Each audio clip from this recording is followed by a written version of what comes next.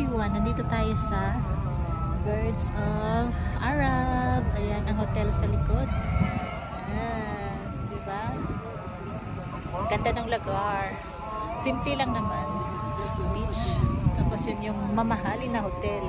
Kung saan maraming celebrities ang nakabili na mga ano yan, space. Ayan, ganda. Lang, simpleng hotel, simpleng beach lang naman. Open beach ang tawag dito. Ayun. Oh, di ba? Ang ganda. Kahit paano na puntahan din natin ang lugar na ito na nakikita lang din natin sa YouTube. So, yan ang ganda niya. Maraming nakatambay para mag-relax. Relax sila. So, yun, hindi ganun ka maalon, tama lang yung temperature kasi nandito tayo for winter